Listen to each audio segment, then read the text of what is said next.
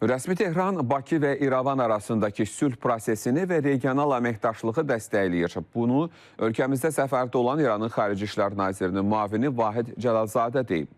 Ceyhun Bayramov və Hikmət Hacıyevlə görüşən diplomat iki ölkə arasındakı iqtisadi bağları gücləndirəcək Araz dəhlizi və yeni körpü layihələri barədə də mühüm anonslar verib. Sevindirici haldır ki, Azərbaycanla İran arasındakı münasibətlər müsbət dinamikada inkişaf edir. Bu fikirləri Azərbaycanda səfərdə olan İranın Xarici İşlər Nazirinin müavini Vahid Cəlalzadə jurnalistlərlə görüşündə dedi. Onun sözlərinə görə iki ölkə arasındakı marşrutlar, xüsusilə Araz dəhlizi həm Azərbaycanla İran arasında, həm də regionda iqtisadi əlaqələri daha da inkişaf etdirəcək. Bakıya səfərim çərçivəsində Xarici İşlər Naziri Ceyhun Bayramovla və Azərbaycan Prezidentinin köməkçisi Hikmət Hacıyevlə görüşdüm.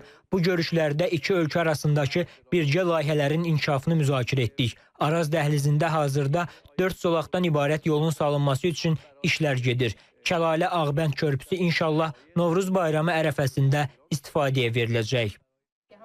Rəşd-Astara dəmir yolunun inşasının yekunlaşması ilə bağlı dəqiq tarix məlum deyil. Lakin dəmir yolunun keçəcəyi ərazilərin 80% artıq alınıb. İranın Xarici İşlər Nazirinin müavini Azərbaycan-Ermənistan sülh sazişi layihəsi ilə bağlı ölkəsinin mövqeyini də bildirdi.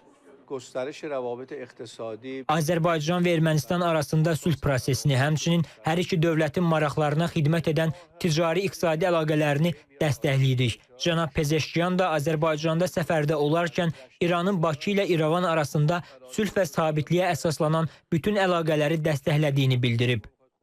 Vahid Cəlalzadə həmçinin İranın ölkələr arasında imzalanan sazişlərə və dövlətlərin ərazi bütövlüyünə hörmətlə yanaşdığını diqqətə çatdırdı.